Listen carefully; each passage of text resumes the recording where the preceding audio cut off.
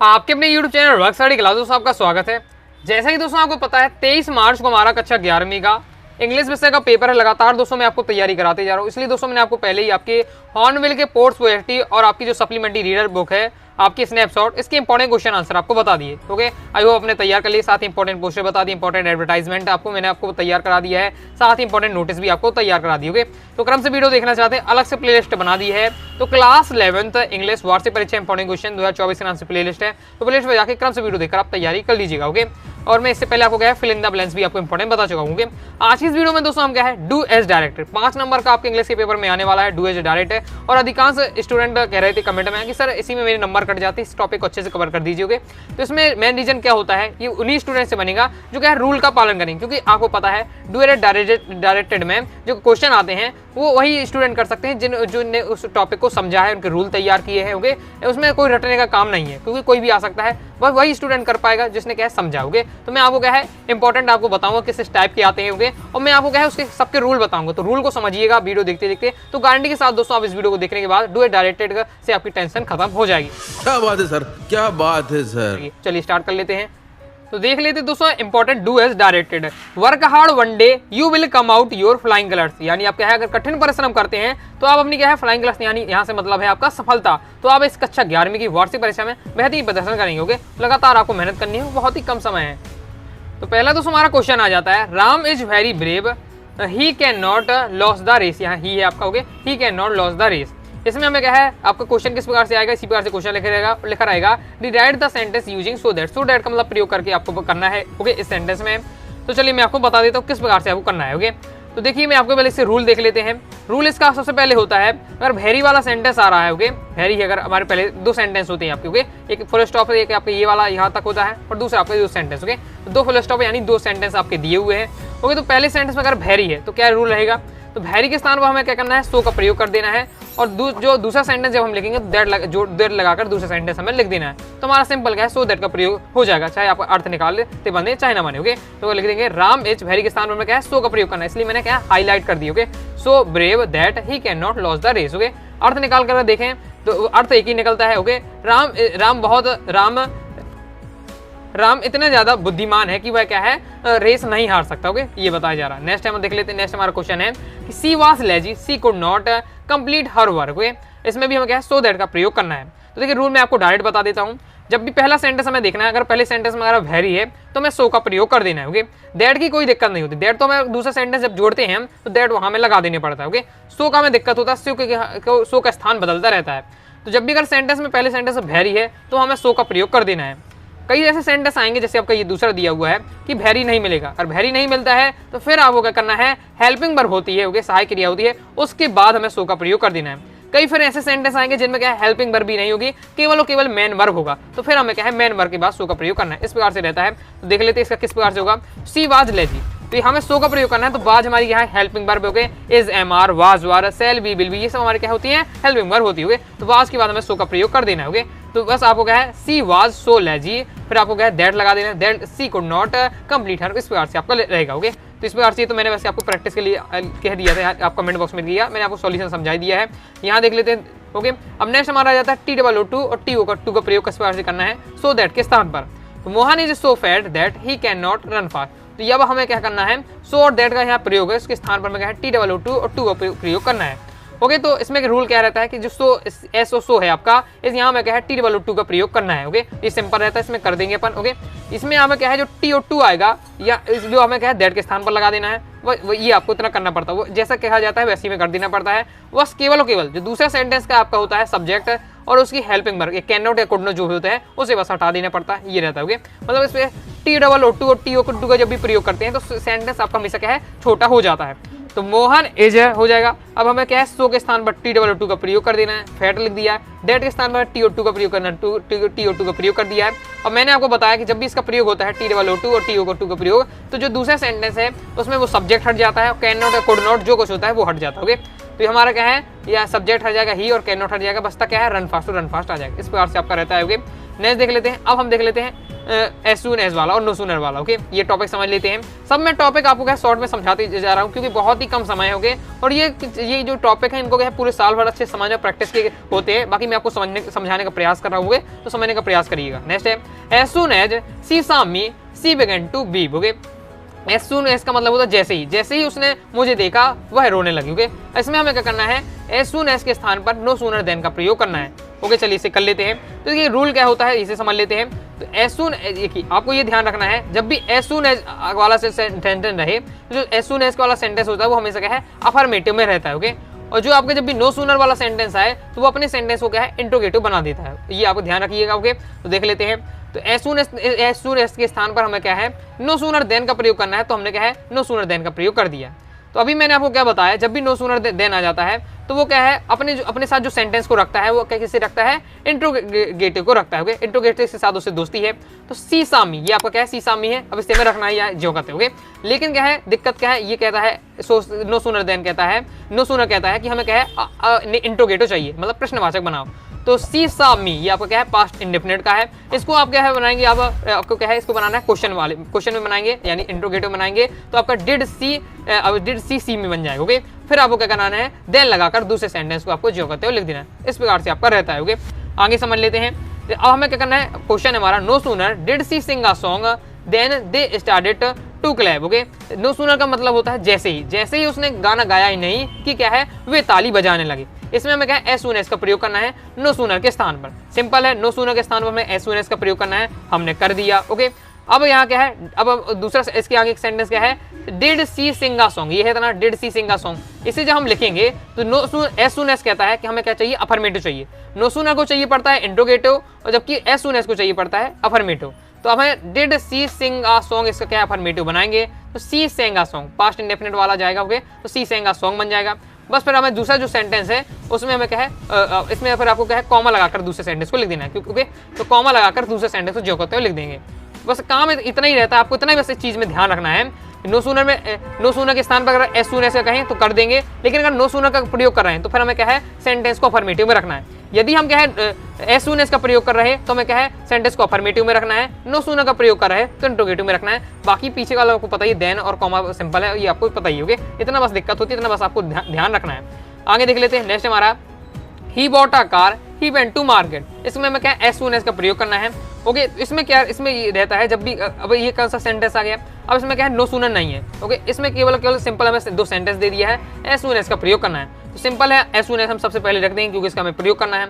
और इसमें ये ध्यान रखना है दो सेंटेंस को रखते समय एज इट इज दोनों सेंटेंस को उतार देना पड़ता है, लेकिन बस उस जो सेंटेंस पहले आएगा जिसमें पहले काम हुआ। ओके, जैसे है ही बॉट अ कार, उसने कार खरीदी है। ही वेंट टू मार्केट, वह मार्केट गया। तो हमें कार खरीदनी है तो पहले में क्या है बाजार जाना पड़ेगा, तो पहले में क्या है बाजार जाना है, तो बाजार जाने वाला जो सेंटेंस उसको हम पहले रखेंगे। तो as soon as he went to market, okay, तो पहले हम ये वाला सेंटेंस रख देंगे और ये ही बॉट अ कार वाला बाद में रखेंगे। ओके, ये इस प्रकार से रहेगा।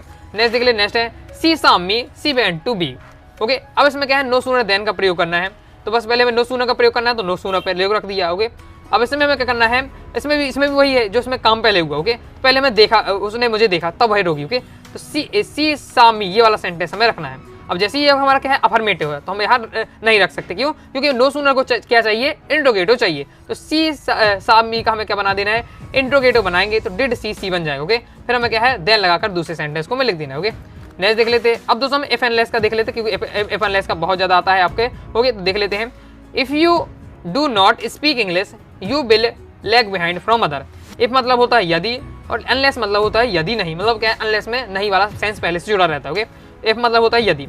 If you do not speak English, यदि आप क्या है अंग्रेजी नहीं बोलते हैं तो ओके, ये अंग्रेजी नहीं बोलते हैं, you will lag behind from other, तो आप क्या है दूसरों से पिछड़ जाएंगे, यानी आप अंग्रेजी नहीं सीखते हैं तो दूसरों से आप क्या है पिछड़ जाएंगे। इसमें हमें अनलेस का प्रयोग करना है। ओके, सिंपल है, हम इफ के स्थान पर हम पहले क्या अनलेस को रख देना है। ओके, फिर अर्थ निकाल कर हम करेंगे। ओके, तो हमें क्या है इफ के स्थान पर अनलेस कर देंगे। अब अनलेस आ जाता तो इसका अर्थ क्या हो जाता यदि नहीं, तो इसमें नहीं पहले से जरा, तो इसमें ये वाला नॉट हम हटा देंगे। ओके, बाकी हम क्या दूसरा सेंटेंस जो करते हो लिख देंगे। इस प्रकार से आपका रहेगा।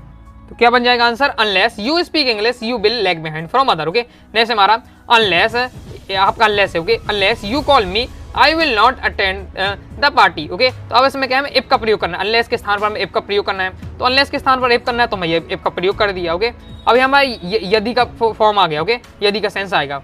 ओके, तो इफ यू, इसका पहले सेंटेंस का अर्थ क्या है, अनलेस यू कॉल मी, यदि आप मुझे कॉल नहीं करेंगे या बुलाएंगे नहीं, I will not attend the party, तो मैं क्या है पार्टी में नहीं आऊंगा। ओके, और इसमें हम क्या इफ का प्रयोग करना, इफ का प्रयोग कर दिया। इफ यू कॉल मी, यदि आप मुझे बुलाएंगे, यदि आप मुझे बुलाएंगे तो फिर मुझे क्या पार्टी अटेंड करनी पड़ेगी, तो यहाँ आपका नॉट आपका हट जाएगा। ओके, तो आपका I will attend the party. Okay, इसमें पहले सेंटेंस कह रहा है यदि आप मुझे नहीं बुलाएंगे तो मैं पार्टी में नहीं आऊंगा।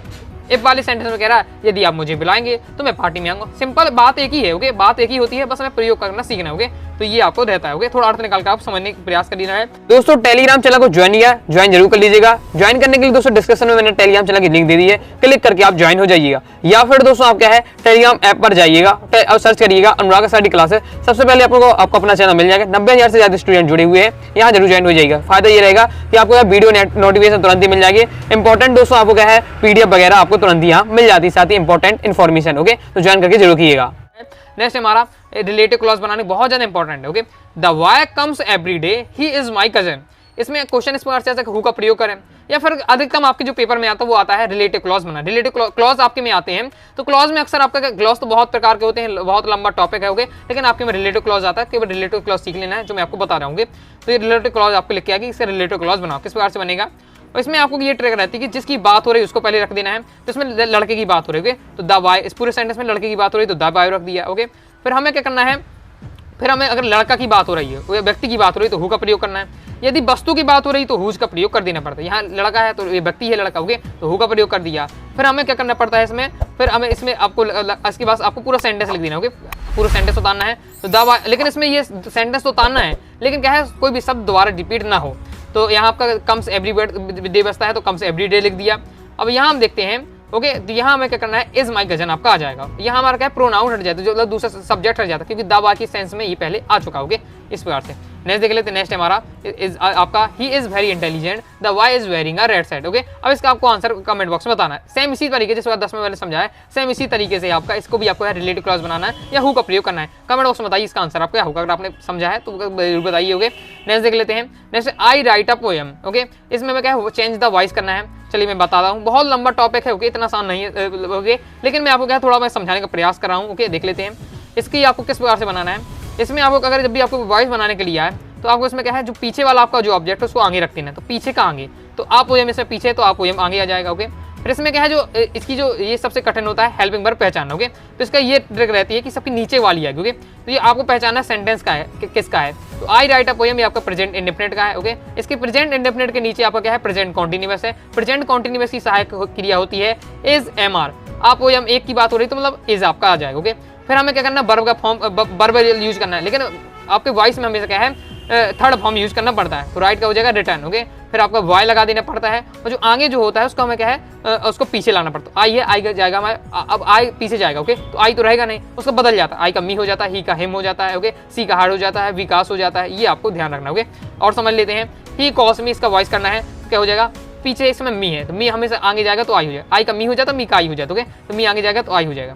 अब ये हमारा किसका है सेंटेंस है, प्रेजेंट इंडेफिनिट का है। ओके, इसके नीचे क्या है हमारा past indefinite, present continuous. Okay, present continuous है। प्रेजेंट कॉन्टिन्यूअस की सहायक क्रिया इज एम आर। आई के साथ क्या लगता है, एम लगता है तो एम लगा देते हैं। फिर आपका कॉल आएगा, कॉल आएगा। ओके, लेकिन थर्ड फॉर्म यूज करना है तो कॉल का थर्ड फॉर्म कॉल्ड हो जाएगा, वाई लगा देना है। और आगे जो होता है वो पीछे आपका चलेगा, सी आएगा पीछे जाएगा। ओके, लेकिन उसका बदल जाता है। ओके, तो आपका सी का हो जाता है हारू। इस प्रकार से ध्यान रखिएगा। आगे देख लेते हैं। सिंपल आते हैं तो मैं सिंपल समझाने का प्रयास कर रहा हूँ। रवि हैज टेकन टीम, तो टी इसमें आपको पीछे तो आगे आ जाएगा। फिर इसकी सहायक क्रिया उसको नीचे वाली लगानी है, तो हैज की नीचे सहायक क्रिया क्या होती है, हैज बीन होती है, हैव बीन होती है। ओके, तो हैज में आपका टी के साथ आएगा, एक वचन के रूप में कहेंगे तो हैज बीन आ जाएगा। टेकन आपका थर्ड फॉर्म पहले से तो टेकन ही रहेगा, तो वाई आ जाएगा। और फिर रवि, अगर कोई व्यक्ति की बात हो रही है नाम आ रहा तो फिर वो ज्यों का तो रहेगा, रवि का रवि आ जाएगा। ओके, आगे देख लेते हैं। He does not take tea. Okay, इसको आपको क्या है आपको कमेंट बॉक्स में आपको बताना है इसका आपका राइट आंसर क्या होगा, मैंने आपको क्या समझा दिया। ओके, नेक्स्ट देख लेते हैं। ही डिड, ये इसका चेन नेगेटिव करने के लिए बहुत बार आता है। किस प्रकार से रहेगा, तो ये आपका पास्ट इंडेफिनिट का है। यहाँ डेड कोई आपको देखने में लगता है कि ये एक सहायक क्रिया है, लेकिन ये आपकी सहायक क्रिया नहीं है। ये आपका क्या है, एक वर्ब के रूप में यहाँ फॉर्म हुआ है। ओके, ये आपका सेकंड फॉर्म लगा, इसलिए आपका ये पास्ट इंडेफिनिट आपका सेंटेंस है। ओके, तो इसका आपका नेगेटिव बनेगा। ही डिड आपका क्यों आएगा, डिड आएगा आपका यहाँ हेल्पिंग वर्ब के रूप में होगा। Okay, he did not do it आपका आएगा। ओके, इस प्रकार से रहेगा। आगे देख लेते हैं। अब दोस्तों आपको है मीनिंगफुल सेंटेंस बनाने के लिए आता है, हार फिर लिखा पेन, कहीं पुट फिर इंक, सम, सी, इस प्रकार का है। इसको मैं जमा कर मीनिंगफुल सेंटेंस बनाना है। तो कुछ आपको इसमें आपको ये ध्यान रखना कि पहले सब्जेक्ट आता है, फिर हेल्पिंग वर्ब आती है। इस टाइप को भी आपको ये बेसिक पहले आपको पता होना चाहिए, फिर आपको कुछ सेंटेंस याद होना चाहिए।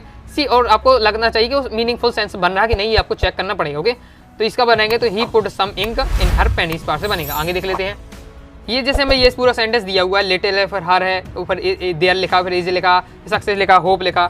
इसको हम मीनिंगफुल सेंटेंस बनाएंगे तो there is little hope of his success. Okay, अब ये तो आपको थोड़ा समझना पड़ेगा इंग्लिश को, तो भी आप बना पाएंगे। ये वाला पॉपुलर है तो अक्सर आता है, अगर आता है ओके, तो इसको आपको याद रखिए। An apple a day keeps the doctor away. Okay, फिर राजू राइट फॉर कैन हैंड, ये इस पार से दिया हुआ है। इसको आपको कमेंट बॉक्स में बताना कि इसका क्या आपका अनुसार आपका सही मीनिंगफुल बनेगा। नेक्स्ट देख ले, नेक्स्ट है the servant gave you all the milk. इसमें हमें क्या करना है, हाउ मच का प्रयोग करके इसको क्या है क्वेश्चन बनाना है। हाउ मच का प्रयोग करके हमें इसका क्वेश्चन बनाना है। क्या इसकी ट्रिक रहती है, हाउ मच का प्रयोग करना, तो भाई हमने प्रयोग कर दिया। ओके, अब इसमें क्या करना है, जिसकी बात हो रही है पदार्थ की, जिस पदार्थ की बात हो रही है उसको रखना है। इसमें क्या है, मिल्क की बात हो रही है तो मिल्क को हम रख देंगे। ओके, इसके बाद क्या होता है आपका, इसके बाद जो सेंटेंस आपका बचता है, ओके, जो सेंटेंस है मेन सेंटेंस, उसको हमें क्या है इंट्रोगेटिव बनाना पड़ता है। मेन सेंटेंस में क्या है आपका द सर्वेंट गैव यू, ये आपका है। ओके, और जो क्वांटिटी जो दर्शाता है जैसे ऑल है या लिटिल है, ये सब क्वांटिटी वाले ये सब हट जाते हैं। और मिल्क हमारा पहले यूज हो चुका, तो ये भी आपका हट चुका। तो इतना सेंटेंस अपना यूज, ये आपको हटा देना पड़ता है क्वांटिटी वाला, मिल्क अपने यूज कर सके तो ये हट चुका। ओके, तो बचा हमारा सेंटेंस क्या बचा, द सर्वेंट गैव यू, इसको हमें क्या है इंट्रोगेटिव बना देना। ओके, तो द सर्वेंट गैव यू का बन जाए, गैव आपका सेकंड फॉर्म लगा, मतलब पास्ट इंडेफिनिट का है, तो did the servant give you, ये आपका बन जाएगा। तो सिंपल है, हाउ मच का प्रयोग कर देना पड़ता है, जिसकी बात हो रही पदार्थ की उसको रखना है, और जो सेंटेंस बचे उसको हमें क्या करना है इंट्रोगेटिव बना देना पड़ता है। Okay, you must work hard, you don't get good job, इसमें हमें क्या है और का प्रयोग करना है। ओके, तो हमें ओ एर और का प्रयोग इसमें करना है, सिंपल रहता है आपका, बस इसमें बीच में हमें और लगा देना है तो आपको बन जाएगा। Okay, you must work hard, और फिर आपका लग जाएगा you don't get good job हो जाएगा। ओके, लाइक और शेयर ठोक दीजिए, महाकाल का लाइक और शेयर ठोक दीजिए। पूरा साल मेहनत करता हूँ आपके लिए बेटा, ऐसा नहीं चलेगा, ऐसा नहीं चलेगा। नेक्स्ट अब देख लेते हैं किस प्रकार से आपका रहने वाला है। तो his friend was not allowed to see him, his brother was not allowed to see him. इसमें हमें क्या करना है, नाइदर नॉर का प्रयोग करना है। ओके, तो इसमें क्या रहता है आपका, सबसे पहले हमें नाइदर का प्रयोग करना है तो नाइदर रख देना है। फिर जो आपको क्या है इसमें फिर आपको क्या करना है, फिर आपको सब्जेक्ट बनाना पहले सेंटेंस को। इसमें हिज फ्रेंड है आपका मैन, ओके, हिज फ्रेंड रख दिया। ओके, मतलब जो आपका क्या है अलग हो, सेंटेंस में अलग हो। देखिए, was not allowed to him, was not allowed to see him, ये दोनों में एक सा है। ओके, तो आपका अलग क्या है, इसमें हिज फ्रेंड है, उसमें हिज ब्रदर है, तो अलग वाला है तो अलग अलग को रख के उसमें बीच में हमें नॉर लगाना। ओके, जो भी सेंटेंस अलग। ओके, तो इसमें हमारा हिज, पहले हिज फ्रेंड लिखेंगे, फिर नॉर लगाएंगे, फिर हिज ब्रदर लगाएंगे, फिर नॉर लगा के हिज ब्रदर लिखेंगे। पर बस जो सेंटेंस बचा है उसको हमें एक बार लिखना है। ओके, दो बार एक बार लिख देना पड़ता है। ओके, इस प्रकार से was allowed to see him है आपका लिख देना। ओके, इस प्रकार से रहता है। नेक्स्ट देख लीजिए, ही डज हिज ड्यूटी, ये भी आपका इंपॉर्टेंट है, इस पर अक्सर आता है आपका नेगेटिव बनाना है तो इस बार क्या बन जाएगा। Okay, he does not do his duty. Okay, यहाँ पर क्या है, ये आपका प्रेजेंट इंडेफिनिट का है। ओके, तो प्रेजेंट इंडेफिनिट का है तो डज आ गई सहायक क्रिया, यहाँ पे सहायक क्रिया नहीं है, ये आपका वर्ब के रूप में है, लेकिन हम इसे इसमें हम क्या है ईएस हटाएंगे तो आपका यहाँ डू आ जाएगा। इस प्रकार से रहने वाला है। नेक्स्ट हमारा नरेशन रहने वाला है। तो she said to me you are right, इसका हमें क्या है नरेशन बनाना। ओके, तो she told me that I was right, इसको आपको क्या है आपको पूरा समझना पड़ेगा। ओके, तो आप इसको समझने का प्रयास करिएगा। नरेशन अगर आप कहते हैं कि पूरे रूम में समझा दीजिए, कमेंट बॉक्स में जरूर बताइएगा। बाकी आप you said to me I went to Mumbai, इसका आपको नरेशन क्या है कमेंट बॉक्स में आपको बताना। ओके, तो इस प्रकार से जितने भी आपके टॉपिक आते हैं आपके डू एज डायरेक्ट में, लगभग हर प्रकार के मैंने आपको कवर किए हैं। सिलेक्टेड तो बता दिए। ओके, तो समझ कर आपको तैयार कर लेना है। ओके, तो आई दोस्तों आपको वीडियो पसंद आएगी, वीडियो लाइक करके चैनल से जुड़िएगा, और दोस्तों डाउट आता है कमेंट बॉक्स में आप जरूर लीजिएगा। टेलीग्राम चैनल ज्वाइन नहीं किया, टेलीग्राम चैनल ज्वाइन कर लीजिएगा, साथ ही इंस्टाग्राम फॉलो कर लीजिएगा। मिलते हैं नेक्स्ट वीडियो में, तब तक के लिए बाय बाय।